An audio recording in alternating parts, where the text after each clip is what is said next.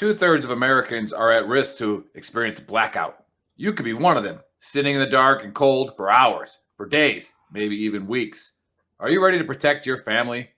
You could be with Patriot Power Solar Generator 2000X. Folks say this new solar generator from 4 Patriots is worth its weight in gold. Why? Because this generator has double the capacity and is expandable so you can run the big appliances like your fridge even longer. Or other devices like an electric blanket, microwave, RV air conditioner, or even an electric wheelchair. You also get 12 outlets, including 4 AC outlets, so you can power more devices at once, and 2 USB-C outlets, which can charge your phone 20 times faster than a regular plug. Best of all, this new solar generator is fume-free, safe to use inside, and never needs gas, ever. Over 150,000 Americans trust Patriot Power generators. Go to 4patriots.com/VTTGW to get your solar generator now. You'll even get a solar panel included free. With us today, we got Joe, Trigger Joe Britson. All right, let's go. To try to get a matchup with a gunner. Oh, goes the lead. Francis is gunner. Well, this is just a fist. When I start throwing it around, I can leave one hell of a mess. Let's dance. Multiple occasions. Wow, it looks like they're going to swing to the very end. And he wasn't kidding. Wow. It's very rare. What a finish. Another one. It really poses the question, what do you want to do? Do you want to take a chance and risk getting knocked out? Oh, my God. Oh, my God. Trying to take care of business, trying to get to goal. It's a knockout. Oh, my It's a knockout. And it's closing in, trying to finish it, and it's over! Because I'm going to take this foot and I'm going to whop you on that side of your face. There's not a goddamn thing you can do about it.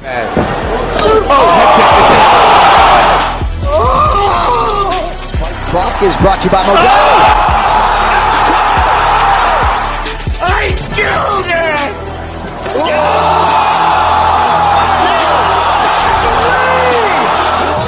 Punch me right in the face, man. And we have a new nickname. Okay, we have William Send It 7 Piercing.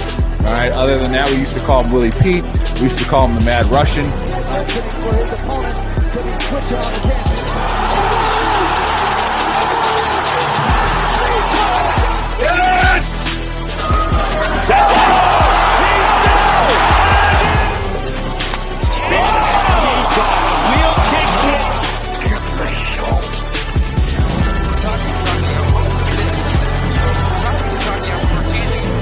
Now you're gonna get it, Bobby!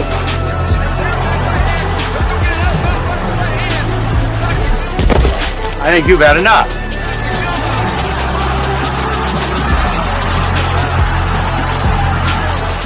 No? Now you've had enough.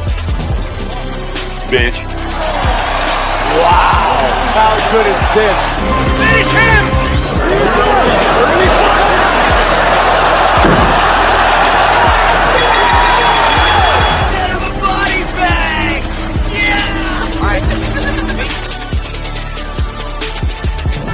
Another one.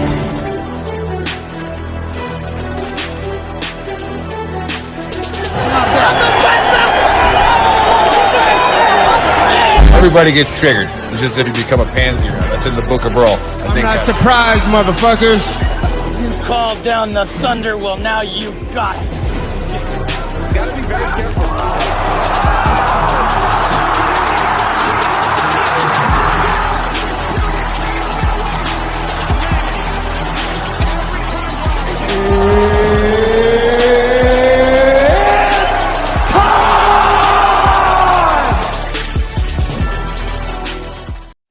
What's up, Trash Talkers? What's up, Gruntworks Nation? We are live for another Saturday morning because you know what? There ain't no college football.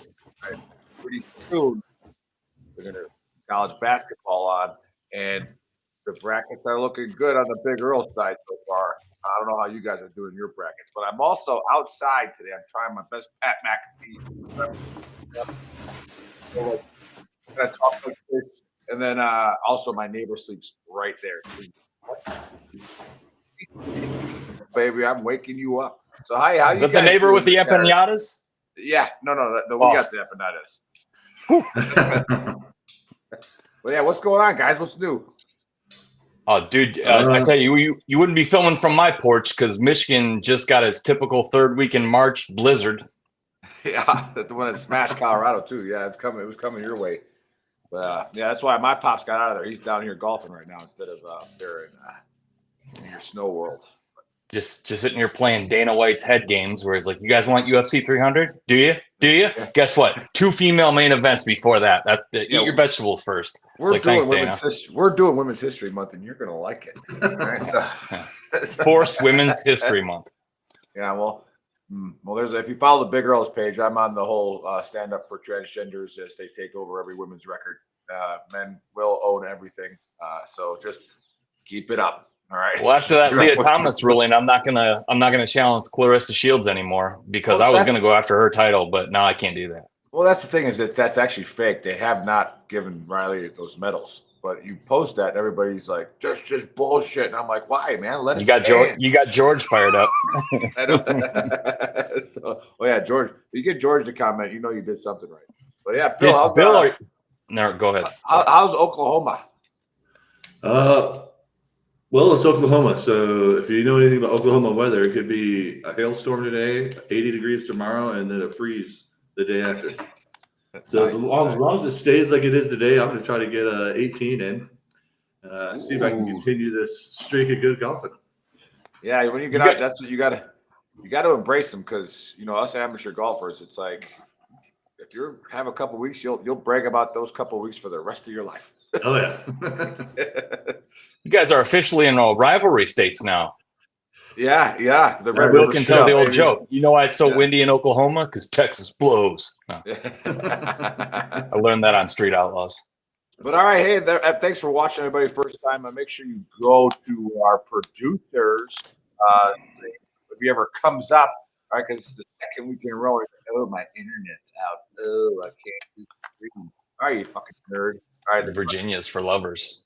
Yeah. But hey, you see that going across the screen? forpatriots.com/VTTGW. That's for their solar generator.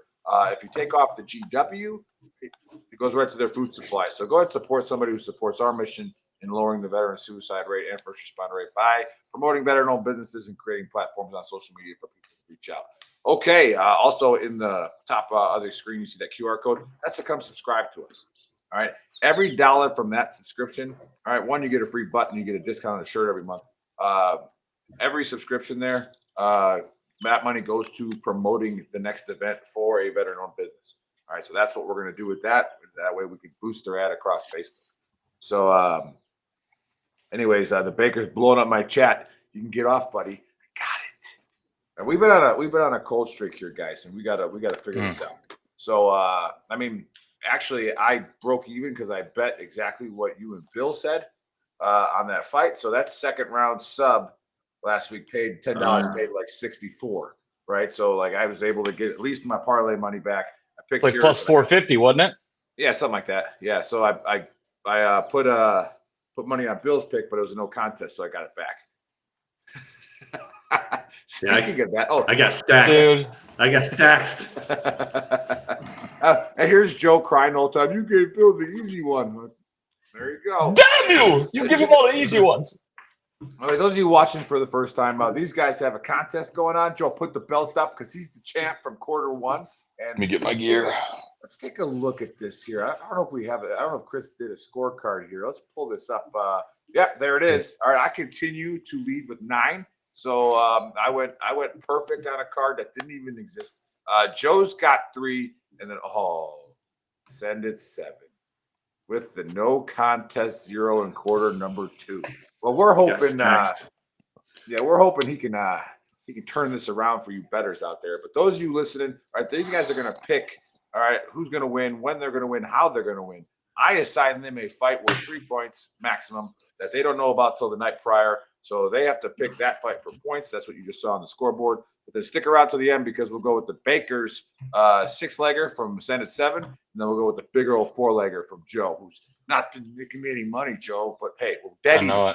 We're dead even after 4 weeks, so we're still in the mix. My dude, how's my back if you look at it? We're still in the max. We're still getting after it. All right, let's get to it. The Baker usually puts up the pictures of the fighters, but no, he's saying his internet's down. So you don't get that. So go to UFC.com. You'll see who we're talking about. The first one, all right, is a featherweight fight, and we got Padilla at 15-5 versus Pajulo at 1-0. I'm going to go with Pajulo by. If you look at UFC.com, there's no picture of this guy, right? And he's from Peru, and he's 1-0. And we did a story on the Trash Talk Hour under Dave's Conspiracies of Peruvian Aliens. All right, there he is. So this guy is a Peruvian alien. So if you've ever seen the movie Scanners, he's going to make Padilla tap out in the second round without even touching him. All right. So Joe, do you see a Scanners TKO second round by Pajulo? I could really definitely see a knockout by this dude. He's 8-1, got 7 knockouts, but I am not really sold on this Padilla. I mean, he's got the length. He's got a very good mixed game. He's got 5 knockouts and 8 subs and 15 wins. Man, I don't know which way to call this one. I won't be betting it. If you got Pajulo as a underdog on your DraftKings lineup, I'd say that's not that much of a stretch. Throws 9.1 strikes per minute that he lands. So, I'm going to go with Padilla and another one of these split decisions where he stays on the outside because he does have a 6.5-inch reach. So I don't think he lets Pajulo inside because that's where his money is made. So I'll take Padilla by split, and I'm not going to bet this fight. All right. For the record, those of you watching, when we were talking about this fight card yesterday with these guys, you're like, oh my God, is this a horrible fight card? But hey, that has served us well before because usually when you guys get all hyped up, there's like 2 freaking upsets. But maybe we'll be able to clean house on this crap fight card. So, Bill, who you got in this one? This is another one. I don't know, man. What? I mean, if you look at, what the Pajuelo,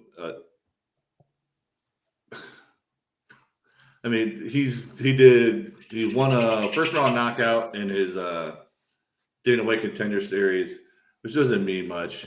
I mean, it's a good start at least. Padilla is 1-1 in the UFC.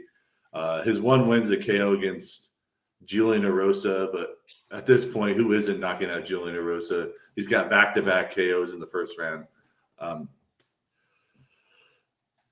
Just to be different than Joe, I'll go Pajuelo, but I'm also agreeing with Joe. I'm not betting on this fight for anything. I mean, if I were to bet on it, I'd actually take the under. Both these guys got first-round wins. Just assume they're going to come in. As a matter of fact, I think Pajuelo took this last minute too. So I think he's going to have to come in here and just throw his gas out in the first round and hope he lands a big one. So I'm going to go Pajuelo, first-round KO. If you're going to bet it, bet the under. But if it's my money, I'm not putting any money on this fight. Well, stay away from the first one, fellas, all right? And ladies out there who are gambling. And I'll just do the disclaimer now because I said gambling. Do not bet if you do not have enough money, if you're going to have money to lose, all right? Every bet I put down, I just kiss that goodbye that's going to someone else's blackjack winnings the next night. But okay, let's go to this one. It's a featherweight fight, and this one happens to be the pick for Joe's points. All right, and he's all upset. You picked the only guy on the card that's a coin toss. All right, here we go. We got Quarantillo at 18-5 versus Zalal at 10-5-1. I was hoping the picture would come up to make my pick sound funnier, but you can't really see it. But I noticed that Zalal's collarbone's a little more exposed than anybody else's. So I'm going Billy with collarbone strike TKO. All right, second round. The champ. What say you? All right. The interesting fact about this fight is Billy Q legitimately started out as a 3-1 favorite. For some reason, this is Zalal, who's been kicked or cut from the UFC, and now he's back fighting at a weight class he'd never fought in the UFC at. Actually, I'm sorry. He has fought at featherweight before, but he's also fought at bantamweight. Now Billy Q is a plus 100. I'm not sure what they're seeing. I like Billy Q, how he stays busy. The dude weaponizes cardio. I think he's been finished twice, and then Zalal's never been finished. But my problem with Zalal is he lands 2.2 strikes per minute at featherweight. It's not enough. And if you're not going to finish Billy Q, he'll wear a crimson mask and keep coming at you all fight long. He doesn't. That you got to put him to sleep. I can't bet against him with Zalal's resume. I'm going to say that Billy Q wears him down, gets him into the deep water where he's super, super tired. And I'm going to go for a little bit of a gamble here to see if I can go 3-pointers back to back and say that Billy Q gets a 3rd round sub because he does have a great game on the ground. I love it. I love it. Okay, the champ has laid down the gauntlet. Bill, what say you? I'm going with everything Joe said. There's no need for me to do the Sergeant Major thing and piggyback and caveat off that. Everything Joe said is right about this fight. Although I'm going to go with a decision on this one. I mean, if I'm Joe, I'm going for the 3-pointer too and just saying screw it, 3rd round sub.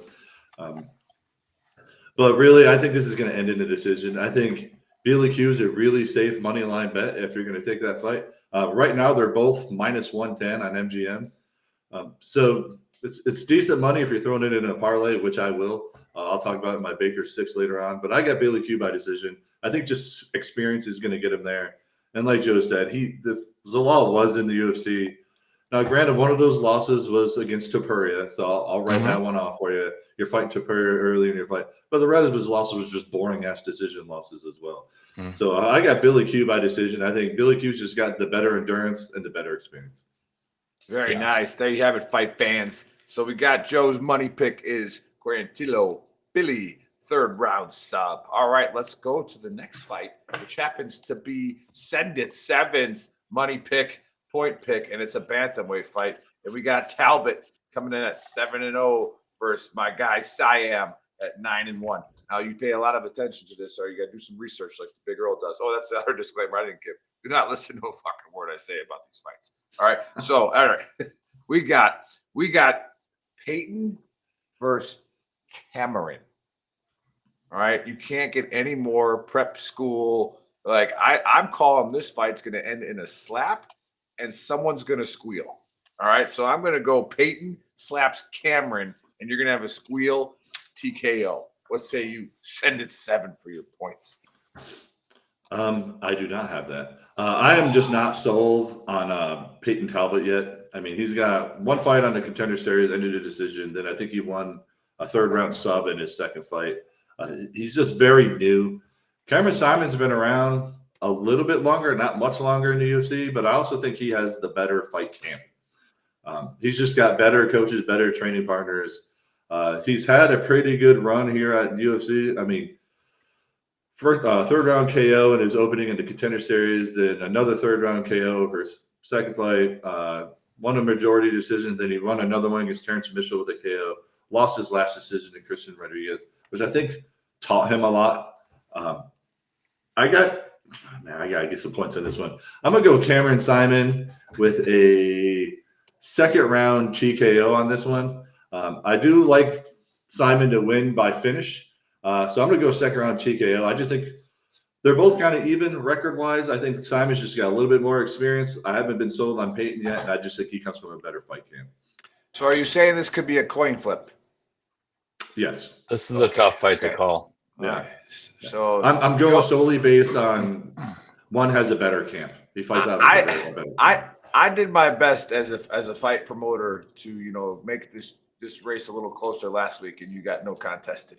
But this time it's a coin flip for both fighters. And Battle looked good too. That's the crappy part. Battle was he looked like I'll tell you, Brian Battle's gonna be a problem in the future. Like he has really gotten so much better in every fight. He was gonna win that fight.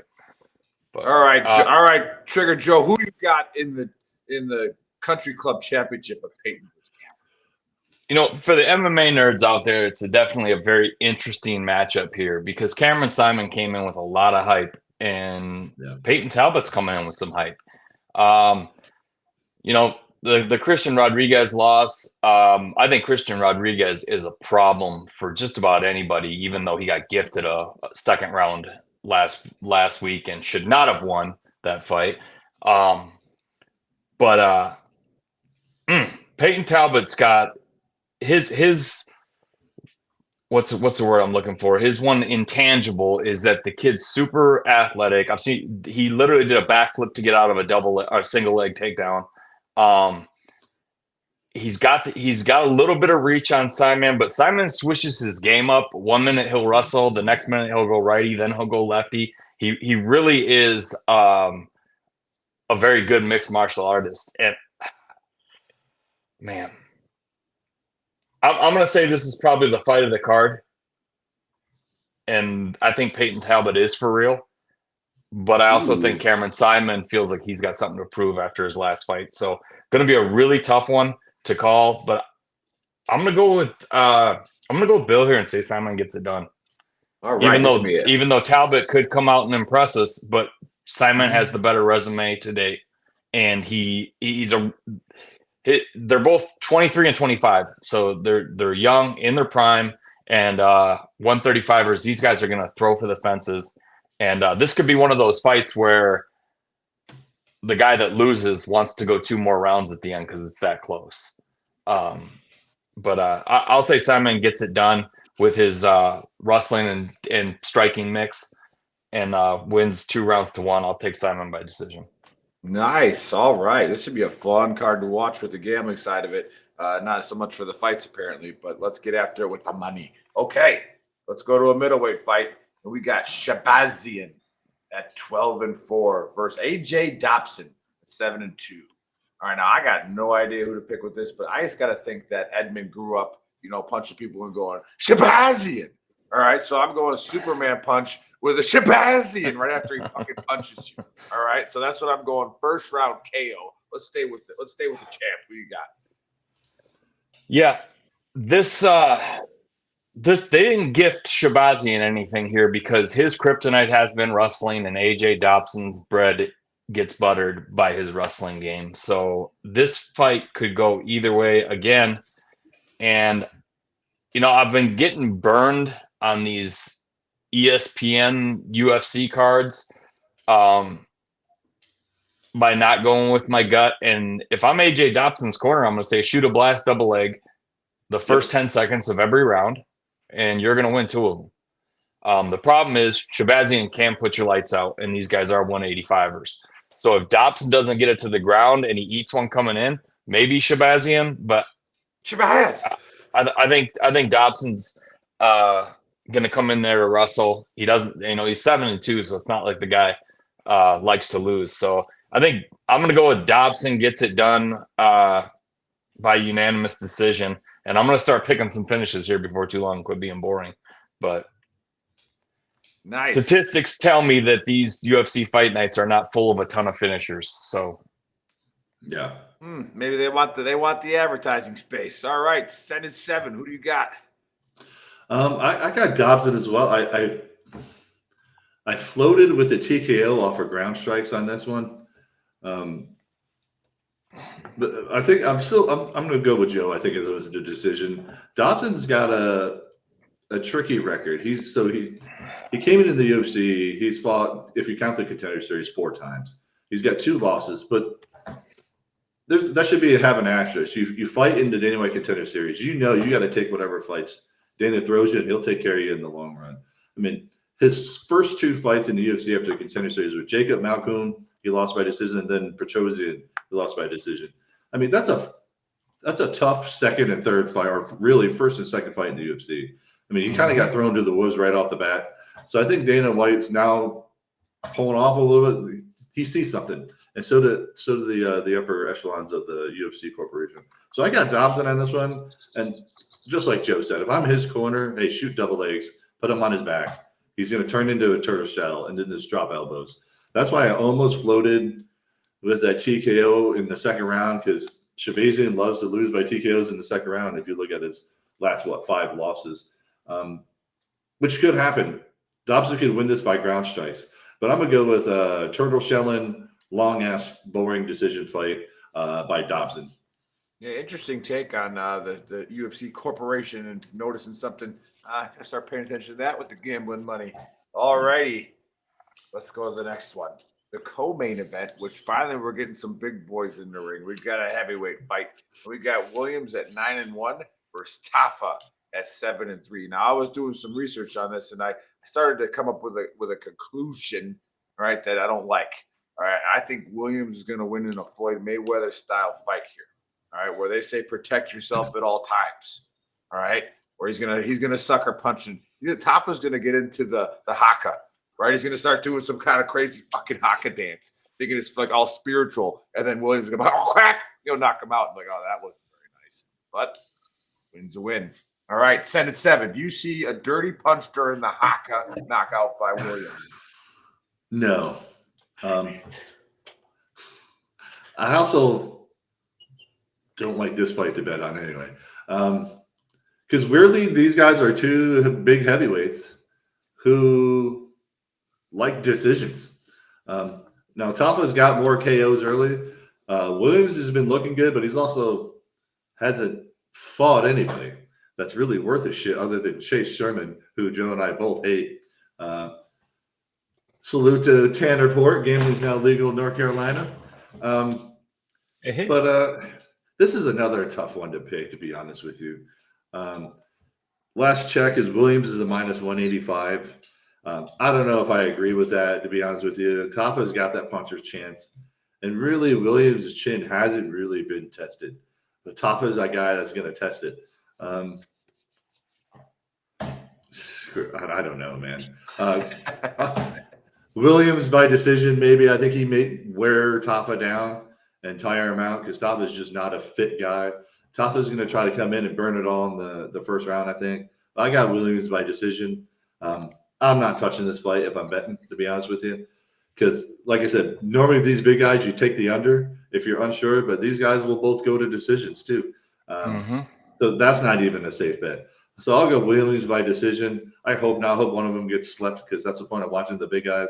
But Williams by boring decision with two big guys. Oh, man. So the fast slow dance for 3 rounds. All right. Looking forward to it. Trigger Joe, the champ. What say you? Yeah, Tafa's last 5, he's 3-1-1, but he's fought Hunsucker, Parker Porter, and Austin Lane. 3 nobodies. Those are his wins. But his last loss was to Jared Vandera by 3rd round decision. Okay, so when Tafa has his way, the fight ends early. But when he doesn't, and it goes the distance, those punches start to look like a big fat ham hock just kind of floating through the air after 6-7 minutes. And Carl Williams is he's a wrestler. He's 9-1. He's only got 3 finishes. So he likes to wrestle, likes to hold guys down. And hey, I didn't make the fights. Sean Shelby made the fights and Dana White. So blame those guys because this could be a real boring one. If Tafa doesn't land, and I think Carl Williams knows he's got to get this fight to the ground to win because he's a high-level wrestler. Tafa obviously is a kickboxer. This was supposed to be his brother's fight. Instead, his brother fought his opponent last week, and now Tafa's fighting his brother's opponent. So I don't understand the sibling switch there, but I think the same decision is going to happen here, and I think Williams is going to go away with about 4 or 5 takedowns, 10 minutes of control time, and win by decision. So I got Williams by decision, and he is in my parlay because I think that Tafa after first round is pretty average. All right, there you have it. Yeah, Tanner Port coming in saying gambling's legal in North Carolina. Like Bill said, Tanner, stay away from the casinos. All right, for a couple of months after you get out. All right, let's try to build a little stack before you go in there.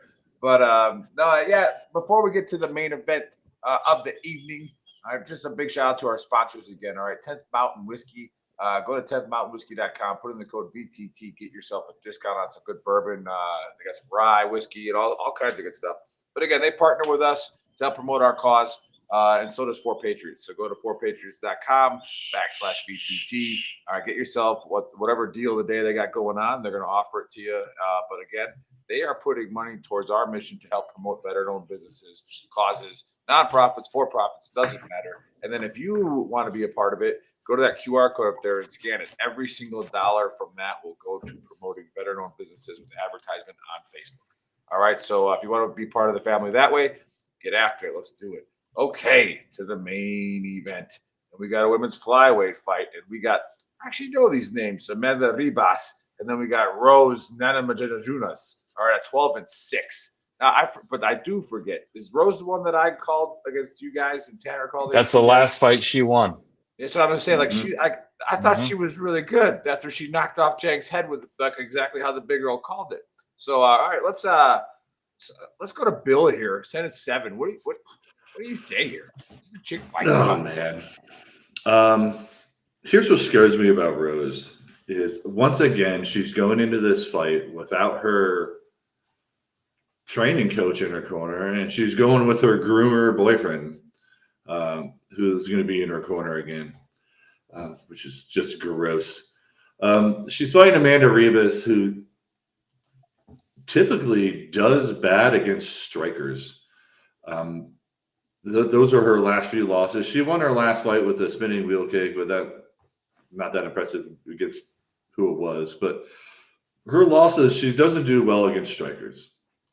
So that's why I'm leaning on Rose. But if Rose doesn't pull her head out of her ass and leave her groomer boyfriend to actually get back in the training, it's a problem.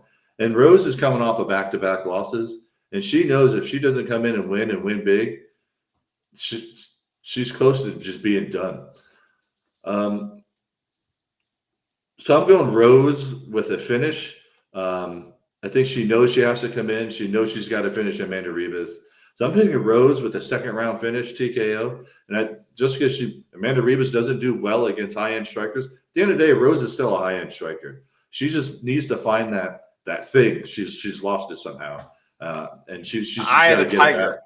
Yeah, she's lost it the last 2 fights, and I think she knows she has to come in and finish this fight, or she's going to have a very ugly conversation with Dana and crew. So I get Rose with the second-round TKO. I think Ribas just doesn't do well against these high-end strikers, and the matchup is just bad for Ribas. I think Rose is minus 215 the last time I checked. Ribas weirdly has the longer reach, but I think Rose knows how to use it better. She's just better on her feet. They're at different levels of striking. So Rose, second-round TKO. All right, there you have it, fight fans, for that one. And before we get to the champ to close it out with the main fight card, remember, go to VTT's Trigger Joe and VTT Send It 7, because we're stopping them putting out all their parlays. So they'll go on there and put their locks and their picks on there. So go follow their pages and follow the Big Girls page, of course. And then if it comes across my page, I'll reshare it. But I really want you to just go follow those guys. All right, follow them, and then make sure you follow their picks. Put a little bit of scratch down if you got it. But all right, the champ, what say you? Yeah, fun fact about this card is they're fighting at flyweight, and both these girls have fought at strawweight before. So this is Rose's first fight at 125, other than Fiorot. And, that Carla Esparza fight, Rose has to get back on the map. And losing Trevor Whitman as your striking coach. Bill, you're talking about Pat Barry? Is that who she's still with him? Okay, that guy, the wind blew and he got knocked out. He had the worst chin in the heavyweight division I've ever seen. He got knocked out by a guy he knocked out right after. Czech Congo. Look at it. Really happened. Never. I got Rose here. I think when she got on the scale at 125 and did hit the biceps, I was like, you know what? Rose actually looks healthy. And I mean, maybe it's just because they're straw weights, not cutting weight, but she looked like she had some more meat on her arms and shoulders and neck. She looked good. And we all know Rose has a mental health condition, and she's been very out about it. And I said how that affects her camps. I think she knows that she needs to get back on the map here. I think Ribas chokes in the big moments, and she doesn't do well with pressure. Rose is super technical. I think Rose gets a TKO in the third.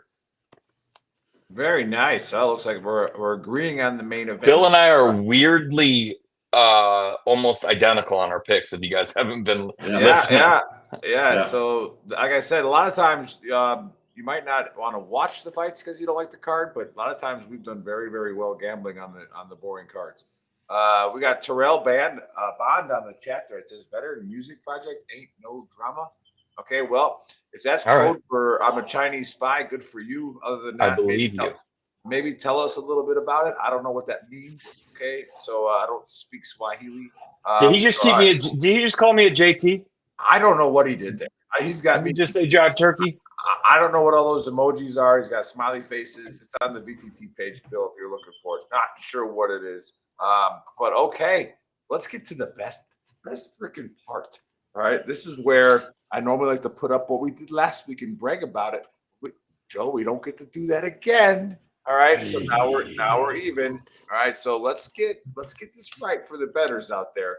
All right, let's go with the big Earl 4-legger. All right, we're gonna pluck 2, and I've floated on this only because I like 6 fights. So I'm trying to figure out which ones I want to get away from it. Okay, just give me 4. In the third fight of the night.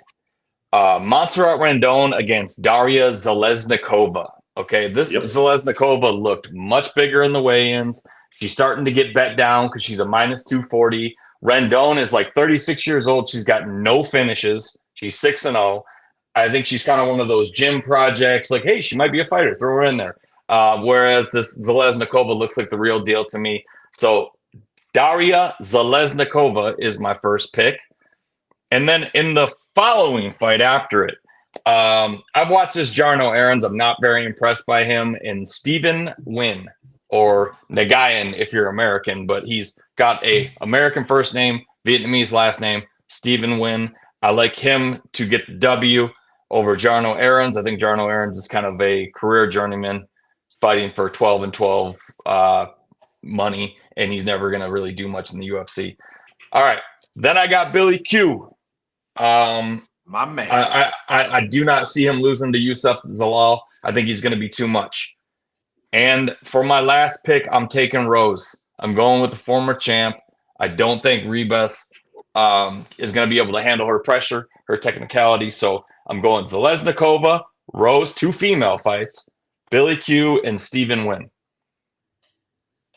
All right, there you have it, fight fans. The 4-fighter. Oh, so Terrell says it's Alchemy Sky Foundation, and then he says Swahili ? With a bunch of weird, more weird emojis. Then he goes, "That's racist as fuck, yo." No, it isn't. It's from not a movie. Racist. It's not racist at all. like I could have said Sanskrit. I could have said Italian. It does not matter. Okay, I don't understand it. So you could have been speaking any fucking language there, hero, and I wouldn't have got it. All right, didn't know what it mattered. So again, you can take that racist lefty card and shove it right up your fucking ass, Tyler. Now you look like McAfee. There you go. There you go. So, but you did it. It must be because I'm white, huh? Okay, fuck off, dude. All right, Bill. Look at all these whiteys, you racist bastards. Bill, give us the 6-legger, 6-legger for the baker, and try not to be racist with it, okay? All right, so the 6-legger have a lot of what Joe put in there. First one, the Russian girl Zalesnikova. I'm butchering that name, but she's going to be a real problem for the females coming up. Keep an eye on her because she has those hands. So I got her. Then I got Ramos because you don't ever bet on a Rosa to win shit other than get knocked out in the first round. Got Ramos right there. Q, I got Billy Q. Williams, that brings up to the 4. Then I got Dobson coming in with the underdog fight. And then I'm ending with Rose just like Joe. So that's your 6-legger. Zalesnikova, Ramos, Billy Q, Williams, Dobson, and Rose. All right. There you have it. I'm getting ready to bet here. And I hope I haven't been called racist in a while. Not since I was first sergeant. So it's weird. But I'll get over it. And then, by the way, that I'm very good friends with those people who filed those claims still too, because they saw the light that they just can't drop the lefty card like that. You know what? You just gave me my motivation for my Book of Earl coming up here in a couple hours at 1700 Eastern time. I'm very excited for this because we have the CEO of Soldier of Fortune magazine coming on. Beautiful. And guess what? Everybody, like probably half the audience doesn't know it's a woman. So Women's History Month, and that's going to be fun to bring her on and talk about how she has revamped this magazine and how she has become a voice for not only just American soldiers, but anybody who's fighting around the world. So it's a really cool investigative journalism that she does. So excited to see what she's going to say on the show. But before I close it out, let's turn it over to Bill. What do we got for our favorite nonprofit? Again, please, everyone, go to goldstarteenadventures.org.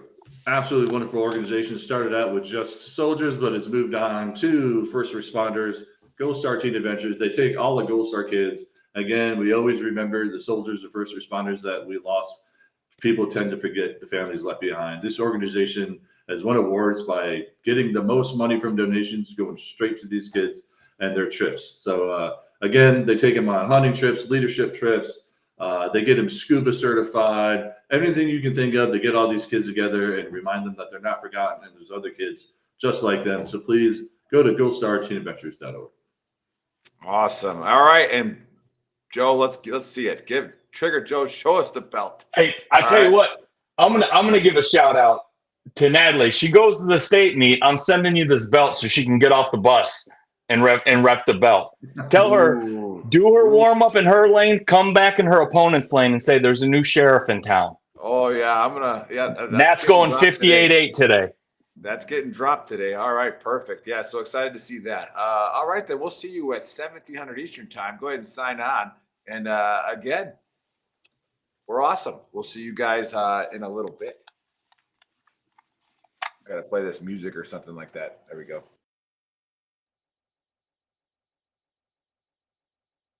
This is a food warning. The UN warns of an unprecedented global hunger crisis. In fact, it's predicted by 2030 that 800 million folks will struggle to feed their families, which means two dangerous things for you. Number one, higher prices at the grocery store. Number two, less food available. And when panic strikes, it will be chaos, making it even harder to get the food your family needs to survive. That's why it's vital, more than ever, to have a survival food stockpile. Introducing the deluxe 3-month survival food kit from 4 Patriots. It has 688 servings of meals for breakfast, lunch, and dinner, with delicious recipes like pancakes, mac and cheese, Aztec chili, and potato soup. They've even got spaghetti and lasagna. This isn't your typical survival food, and over 200,000 smart Americans agree. This is survival food that actually tastes good. But best of all, it's designed to last up to 25 years. You can stash it away and be confident that when a disaster strikes, you and your family will be ready. Go to 4patriots.com/VTT to get the deluxe 3-month survival food kit and the peace of mind you deserve.